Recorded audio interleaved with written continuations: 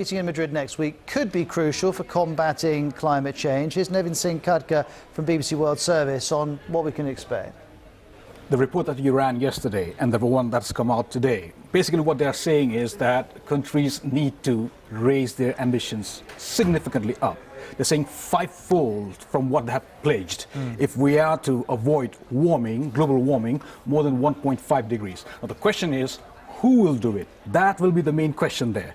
And broadly, there are two camps in this. Major polluters, so developed countries, rich countries, and fast emerging economies like China, India, South Africa, Brazil. So they have their usual posturing that developed countries would say that they also need to come up, step up and do that. Whereas emerging economies would say, well, you did your development, it's our turn, so you need to significantly cut that down. So that politics is entrenched. And as if that was not enough, the trade wars, say for example, between China and the US, India or the US. Now recently they held a meeting, these fast emerging economies, they held a meeting, and they came out with a statement saying that if the trade wars is not sorted, then it would have its impact on global efforts to combat climate change. So it's a very, very complicated thing, and it remains to be seen how will they sort it out.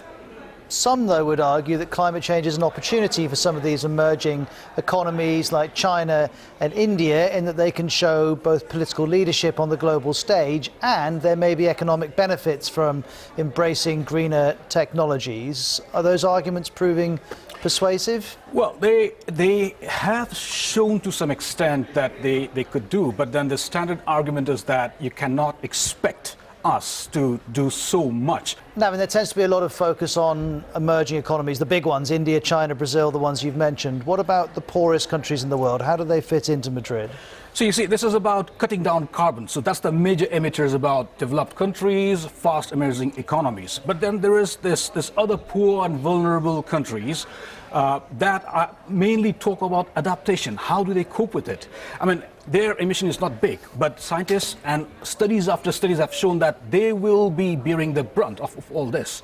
Now the question here is, for example, African countries very recently, just last week, they held a meeting and they pledged that they would also come up with their carbon cutting plans. But the major thing was, how do we do it? Where's the money? So money has been a big issue, and there has been complaint and there's been argument that, you know, all this talks and even financing has gone towards carbon cuts, mitigation, so to say, not an adaptation. So these countries will be looking forward to if they'll be getting money to cope with those inevitable impacts of climate change.